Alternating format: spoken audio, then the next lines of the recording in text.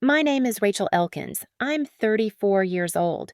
We're standing in the lobby of the 412th Civil Support Center. The walls smell like old leather and printer ink. My sister glances at me, then says it louder than necessary. She's logistics. Not real army. There's a moment where even the elevator stops humming. I don't say a word. I don't even blink. I just shift my weight and stare at the corkboard where someone's pinned a flyer for blood donations. The date's wrong. She's my younger sister Melanie. We share a last name, but little else. Across the hall, Chief Master Sergeant Tran catches my eye. His brow furrows just slightly. He knows who I am, what I've done. And then my phone buzzes. One message. Package arrived. No sender. Medium box. Labeled urgent. I turn toward the admin desk. And I know before I even see it that this isn't a gift. Melanie pretends she didn't say it like that. She fiddles with her bracelets and looks at the floor, but the damage is already done. It always is. I excuse myself, quietly, professionally. She doesn't follow. Outside, the heat has already started crawling up the glass doors. It's barely 10 a.m., but July in Texas doesn't wait for anyone. The package is sitting on the reception counter, not even taped twice. Just sealed once too neat, like whoever packed it had nothing to hide and knew we wouldn't question it. But I do. Always have. Who dropped it off, I ask the clerk. No drop-off. Just showed up in the overnight load. No signature. I study the label. My name is spelled perfectly. Rachel A. Elkins, not Ray. Not misspelled.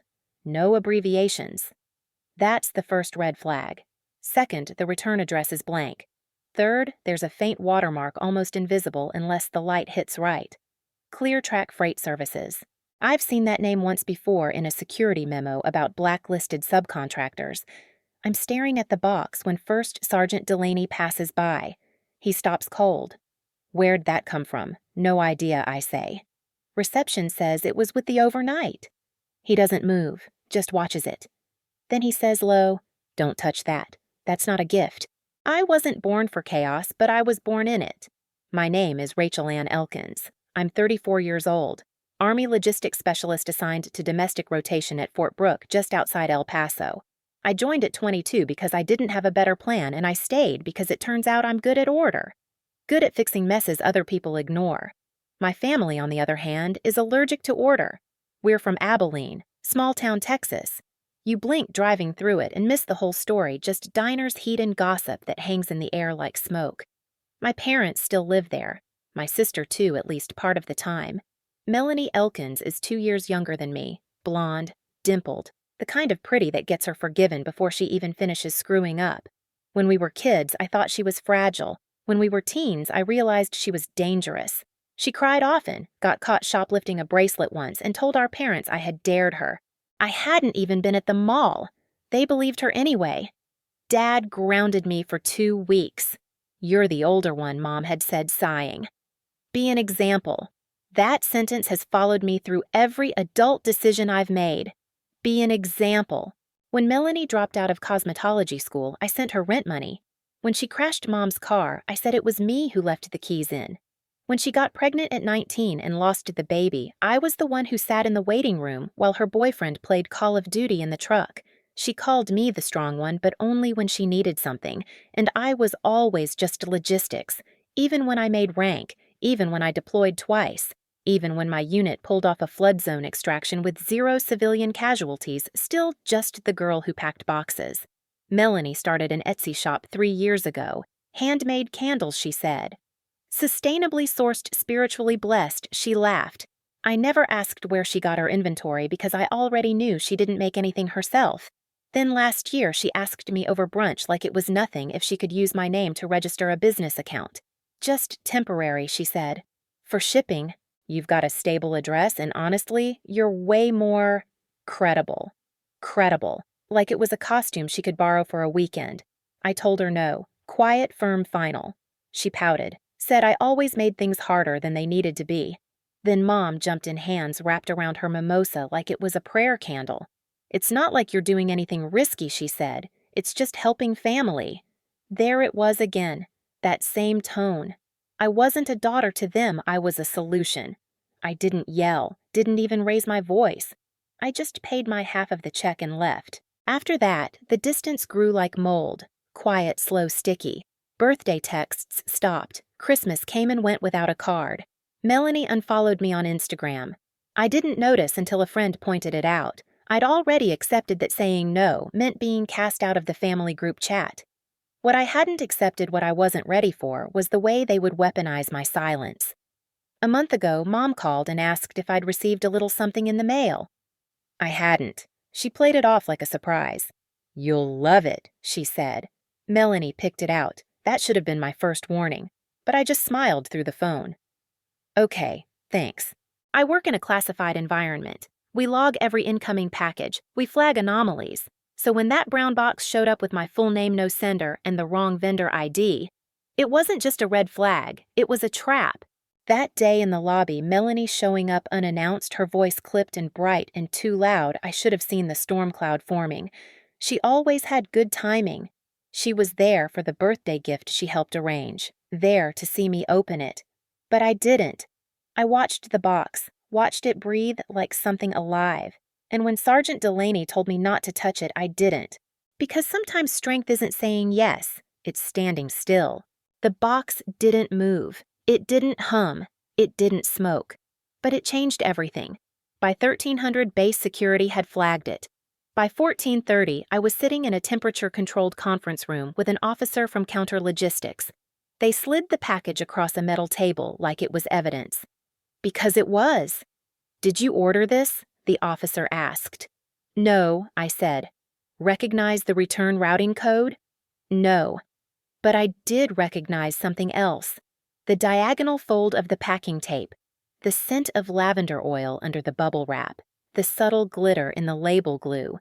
Melanie had packed this, or paid someone who knew exactly how she did. I didn't say that out loud yet. I wasn't ready to make it official. They opened the box in front of me. 3 ceramic figurines, vaguely human shapes painted gold and teal. A folded invoice with my name at the top. A fake digital signature underneath it. My name again twice in the shipment slip. The Origin A company I'd never heard of, Arden and Vale Studio. The officer tilted the slip toward me. "You run this?" I stared at it. Quiet. Cold. "No. You're listed as the purchaser sender and holding agent." I didn't sign that. He nodded slowly. "Have you ever registered a business under your name?" "No." "Have you ever received inventory here on base?" "Never." "Do you know anyone who might have sent this using your identity?" I breathed in through my nose, out through my teeth.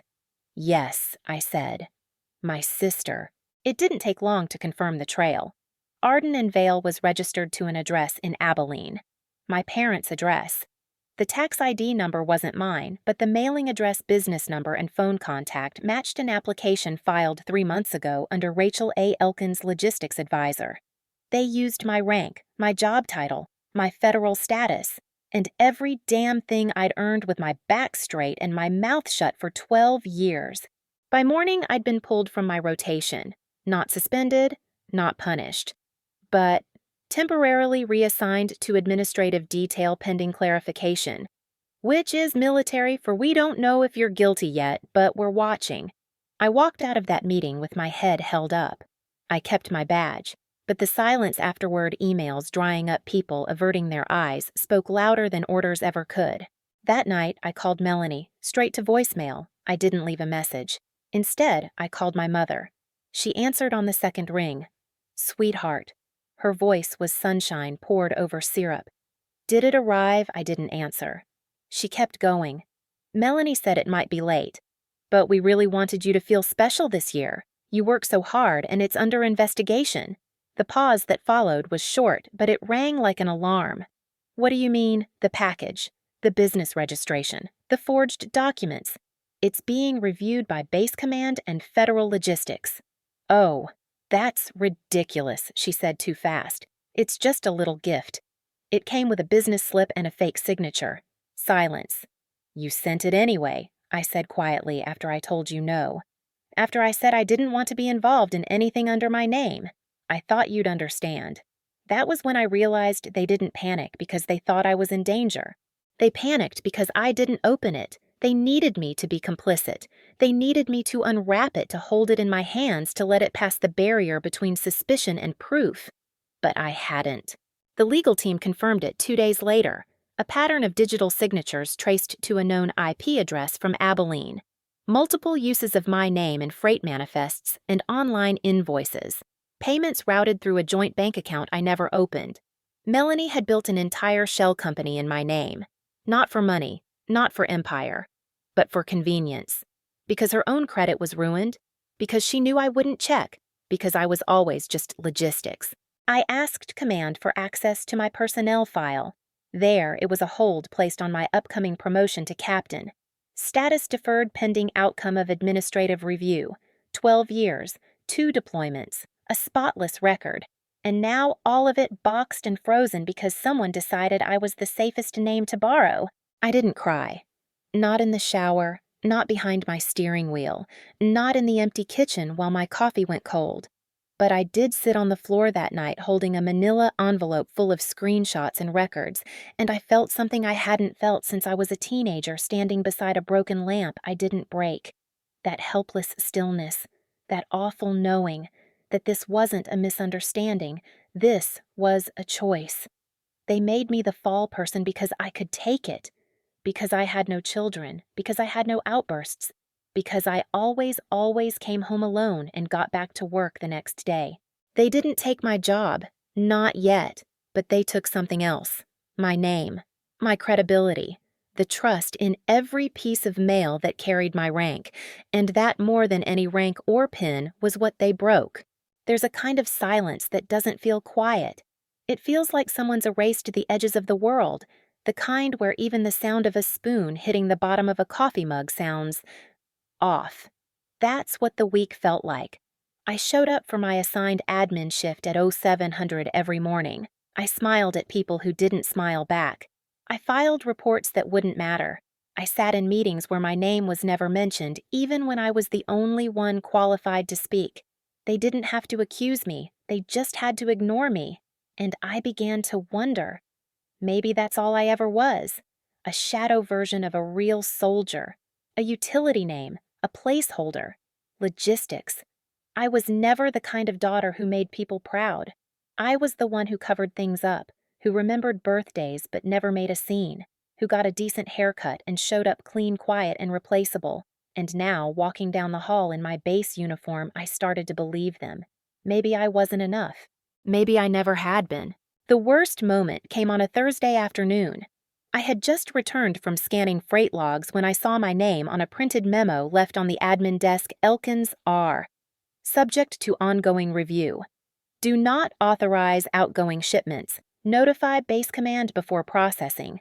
Black ink, red highlighter. Someone had circled it. No one looked at me when I picked it up, but I knew they'd read it.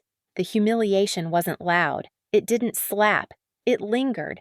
It stuck to my skin like desert sweat. I didn't say anything. I walked out, straight to the women's restroom, locked the stall, and just sat there, not crying, not shaking, just disconnected. Like my hands didn't belong to me. Like the girl in the mirror was someone I used to know, someone who believed being good was enough to stay clean.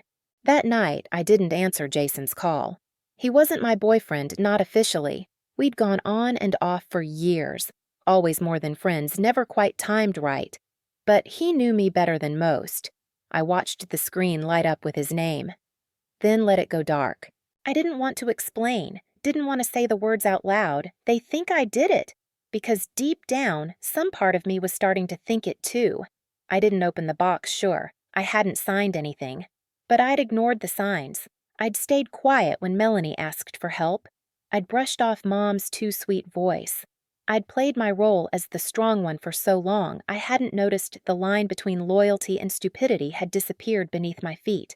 Maybe I had allowed it. Maybe I had been complicit in the way that good daughters always are. I sat on my floor that night in a t-shirt and sweatpants, staring at an old envelope full of childhood drawings. One said, "To Ray, the best big sister in the world. Love, Mel." I almost laughed. She'd written that after I took the blame for her breaking Grandma's vase. I was 8. She was 6. Mom gave her a popsicle. I got a week without TV. The message had felt sincere, back then, but now it read like foreshadowing. Like the first time someone handed me their mess with a smile and watched me carry it. Around midnight, my phone buzzed. A text. From Melanie. Hey, sis. Didn't mean for things to get so dramatic. We can fix this, yeah. Let's not make it a big deal. It was just a small shipment. No one got hurt. I stared at the screen. My thumbs hovered over the keyboard, and then I did something I hadn't done in a long time. I turned off the phone. I didn't respond. I didn't rage. I just disconnected. The next morning, I opened my locker and saw a Post-it stuck to the inside of the door. Logistics. What would we do without you, with a little smiley face drawn at the end? It was unsigned, meant to be friendly maybe, but all I saw was sarcasm, and all I felt was small. I left base that night without logging my hours. I drove aimlessly down I-10 until the lights blurred, pulled over near an abandoned gas station, and sat in my car with the engine running, windows up, and the sound of my own breath the only proof I still existed. I almost drove home to Abilene, almost packed it in, took leave, disappeared. But then I remembered what home really was. Not safety, not comfort. Just a place where people smiled while they used your name. No one was coming to save me. Not the Army, not command, not my family. And for the first time, that didn't feel like a tragedy. It felt like permission. I didn't sleep much that weekend. But I didn't pace the floor. I didn't cry. I didn't scream. Instead, I cleaned. I took everything off my kitchen counters, scrubbed under the stove, organized every drawer. It sounds simple, maybe even pointless. But when your identity's been hijacked and repackaged, like a shipment claiming your own space becomes a kind of quiet warfare. By Sunday afternoon, I'd opened my storage bin and pulled out my old external hard drive, the one I hadn't touched since my last deployment in Kandahar. It held everything: email logs, certificate copies, bank statements, even a PDF scan of a note Melanie wrote in high school begging me to pretend she hadn't skipped algebra. I opened a fresh folder and named it Clearance. Monday morning, I showed up at the legal office at 00700 sharp. Lieutenant Gwen Patel, base legal counsel, met me at the front desk. She looked surprised to see me. "You're early," she said. "I'm ready," I replied. She gestured to the private interview room. No smile, no chit-chat. I respected that. Once seated, I pulled out a thick envelope and a flash drive. Labeled, indexed, chronological. Patel raised a brow. "You've been busy." "I'm logistics," I said. "Busy is the baseline." She skimmed the first few pages. "Digital forensics, I have training in audit trails. Certification from Fort Irwin." I traced the domain Melanie registered ardenandvalestudio.com back to a home IP address in Abilene. My parents' house. "Did she have permission to use your name?" "No." "Did you ever receive financial benefit?" "Never. I didn't even know the packages existed until that box showed up on base." She stopped, looked me in the eye. "And now I want a statement on record. Voluntary. Complete." She didn't respond right away, but I saw it in her expression, the shift. From suspicion to respect. I spent the next 4 hours building a case, not to attack, not to shame, but to extract myself from their mess with surgical precision. I listed every document they'd forged using my info, every shipment routed through military base access points, every text I'd ignored, every voicemail I had saved. There was even a login attempt from a Starbucks in Abilene that matched the timestamp of a business registration email I never saw, but the address led back to Melanie's old tablet. The digital signature on the invoice A traced copy of one I'd used for an Army benefits form in 2020. Melanie hadn't just stolen my name, she'd copy-pasted my career. By Thursday, Base Command had reopened my promotion file. Pending further clarification, they said. It wasn't a win. Not yet, but the needle had moved. Jason stopped by that night. He didn't knock, just used the spare key I'd given him last year, and walked in with 2 pints of ice cream and a face that didn't ask questions. "I hear the air's shifting on base," he said. "You've got good ears," I replied. We sat at the kitchen table, silent except for the clink of spoons and the hum of the fridge. Then he asked softly, "You okay?" I didn't answer right away. Just passed him a page I'd printed out that morning. A screenshot of a flagged loan application to a startup lending site, filed under my name, using Melanie's fake company. He read it, didn't speak, just shook his head. I traced the IP, I said. It came from my parents' house. He leaned back in his chair and said the thing I couldn't. She had help. I nodded. She always did.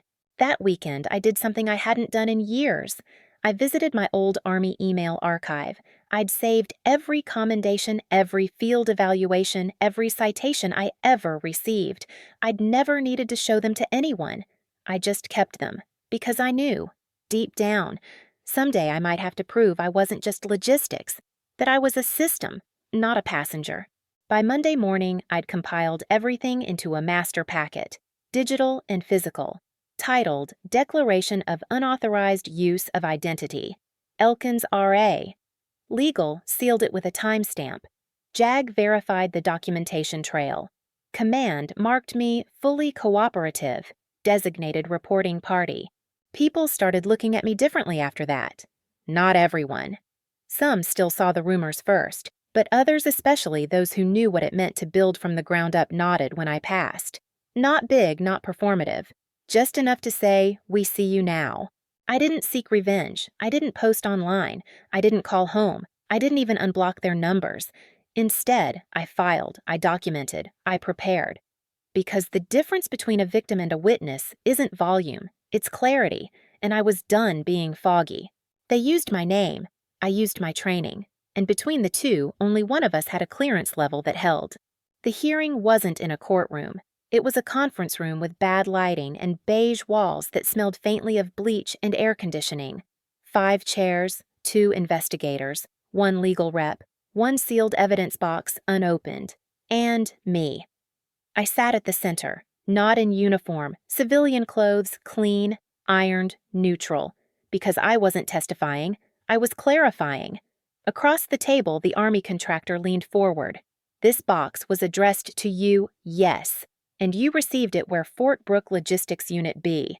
Was there any indication this was a gift? No note, no wrapping, no sender, just a printed label, and you reported it immediately. He nodded. Then the military liaison stepped in. This isn't the first package from this origin.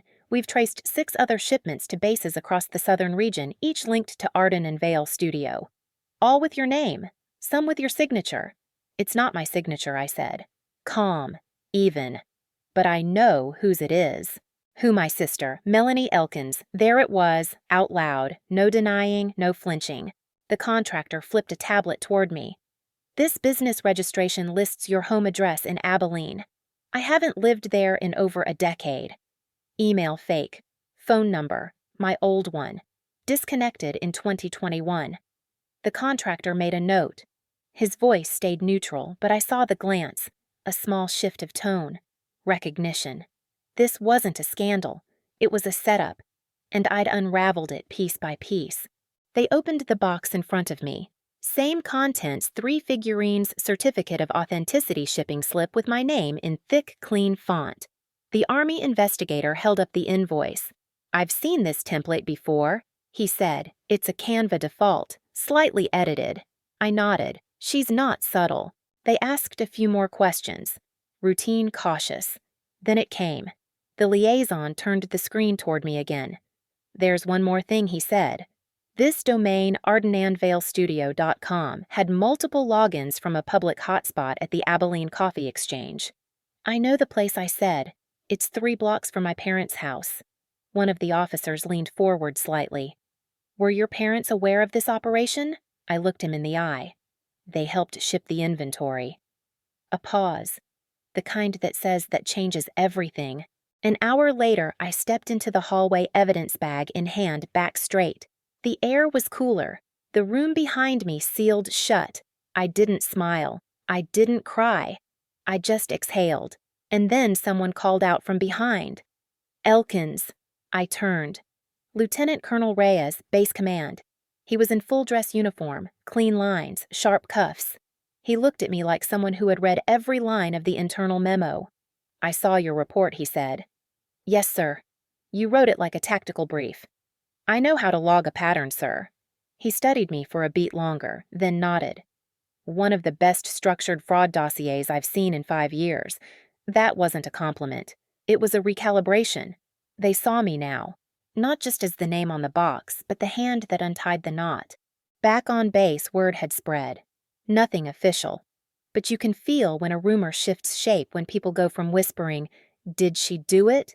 to "Did she stop it?" When I passed the break room, someone stood up. Not obvious, not performative, just enough to say we got it wrong. I didn't acknowledge it. I wasn't there for apologies. I was there to finish the shift. Later that afternoon, I returned to the same hallway where the package first arrived. Same desk, same scuffed linoleum tiles, and there it was again. A new shipment, same box size, same tape. But this one wasn't mine. Another name, another label. I stood next to it a moment, felt the chill in my stomach. That knowing.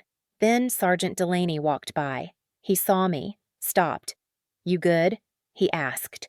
I nodded. He looked at the box, then back at me. This time I was the one who said it. "Don't touch that. That's not a gift." He nodded, said nothing, kept walking. By Friday, Command officially restored my promotion file. No banner, no briefing, no announcement. Just a quiet note in my inbox: status reactivated. Promotion consideration resumed. Subject fully exonerated. I stared at the screen. No smile. No celebration. Just breath, because that was enough. I went back to work that afternoon. Nothing grand, just briefed my replacement team on a rerouted convoy plan. They listened closely. They took notes. One of them, Private Yamada, lingered after. "I read your name in the case file," she said quietly. "Didn't know you were involved." I looked at her. I wasn't. That's the point. She nodded slowly. I hope I'd handle it the same way. I didn't answer, but I hoped she would too. I didn't need applause, just the space to finish my shift. The silence was the reward, because they finally saw me, not the sister, not the backup, not just logistics. They saw the woman who documented her own defense, and did it with nothing but paper memory and restraint. I didn't block their numbers, not at first. For a while, I thought maybe they'd reach out with something real, a message, a sentence, even just a word that sounded like the truth. But when the call came, it wasn't truth. It was choreography. "Rachel," my mother said, her voice all air and tremble like she was starring in a one-woman stage play. "We didn't know it would go this far." I didn't reply. "You could have just told them it was a misunderstanding," she added. There it was. The old trick: take a match, strike it, toss it in my lap, and then tell me I overreacted to the fire. "Melanie's not built for this," she whispered. And that's when I understood they never thought I'd burn. Only bend, because I always had. Until now. A week later, a letter came. Thin paper, cheap envelope, my father's handwriting. One sentence. "We hope one day you'll see it from our side." I stared at it. Not with anger, but with a kind of distant pity. Because what they didn't know, what they never understood, is that I'd already seen their side. I'd stood in it my whole life. I knew exactly what it looked like to protect the child who cried louder, to shield the one who fumbled more publicly, to ask the strong one to be quiet just for a little longer. But strength without limits becomes permission, and I was done granting it. I made a quiet decision that Sunday morning. I changed my emergency contacts on every military record, swapped my parents' names for Jason's, updated my will, removed them from my insurance. Not out of vengeance, out of necessity. Because next time, if there ever was a next time, I needed to know the name listed was someone who would pick up the phone for the right reason, not to spin the story, not to save themselves, but to stand beside me. I boxed up everything tied to the past. Birthday cards signed "Love from all of us," drawings from Melanie. A candle labeled "Hand-poured from the first fake business she started." I didn't throw them away. Not yet. I drove to a nearby storage lot, opened Unit 132, and slid the box to the farthest back wall, locked it, walked away. Some memories don't deserve fire, just distance. The day my promotion orders came through, I didn't tell anyone, not Jason, not even my team. I read the subject line quietly at WO615, alone in the kitchen with coffee that had already cooled. Captain Rachel A. Elkins, appointment confirmed. That was it. No speech, no badge pinning ceremony, just a line in black text that made the whole world feel lighter. I didn't cry. I didn't cheer. I just folded the letter, slid it into a manila folder labeled Personnel, and filed it beside the packet I'd created for my defense. 2 records, same name. One to prove I never did it. One to prove I survived it. People say pain makes you stronger. They're wrong. Pain makes you quieter. It teaches you how to listen for the spaces between words, how to read intention in breath, how to know when someone says we're family, they might mean we think you'll carry this.